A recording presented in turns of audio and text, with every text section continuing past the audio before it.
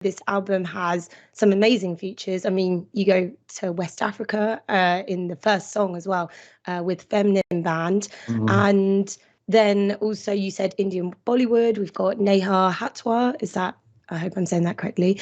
And then, so many others as well.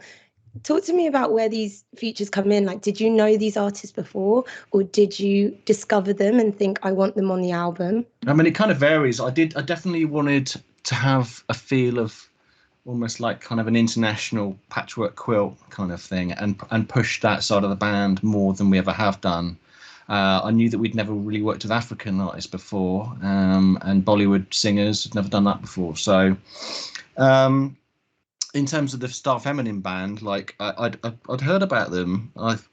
They're an amazing little story, really, because it's about this bloke in Benin called Andre, realised that there were no girls in sort of learning instruments in Benin, so he organised this after-school club, and he put an announcement on the radio saying, if you want to join this club, come and meet me at the town hall at like 12 o'clock or something. And he turns up and there were like 15 girls there, and he was like, okay, you're on bass, you're on drums, you're on keyboard, and he made them sign like a little contract saying, I'm going to learn, I'm going to do my homework, blah blah blah.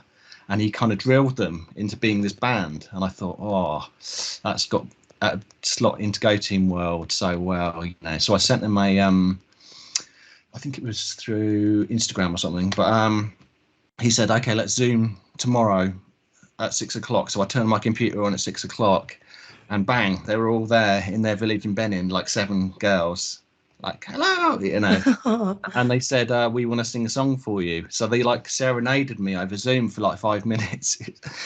I've got it on my phone. It was amazing. And then they asked me if I could sing them a song. And I was like, no, you don't want to do that. Because there were no recording studios in their village, they had to get somebody to travel from the capital, like with these recording, you know, a mobile recording unit. So that was pretty cool. And when it came back, it was just took my head off, you know, the force of all these girls just kind of going for it. And it was a really nice moment, you know, when you get the recording back, and it was like, yeah, I literally punched the air, I think, you know, when I heard it. I thought, because it's a way that nobody really sings. When you don't really hear that way of singing anymore, or not anymore at all, really. You know, it's kind of this gang, almost like a sort of Saturday morning cartoon or something, you know. It's pretty cool. It kind of goes quite nicely with the overall like sort of joyful sound, but it's got something else behind it, you know. Like you on a first listen, you might think, wow, it's just like a bunch of girls, like you said, this wall of sound. And then when you listen closer, or you dig a little bit more into the story, the fact that they didn't really know music before that, and now they've kind of created this collective. That's amazing. Yeah, it's cool. And I didn't really, I mean, they were singing it in French, the opening song, Look Away, Look Away. And I didn't really sort of interfere with what they wanted to write about, you know. But it turns out it's kind of about, you know, hard work. We must work hard and all this kind of thing. It's quite funny.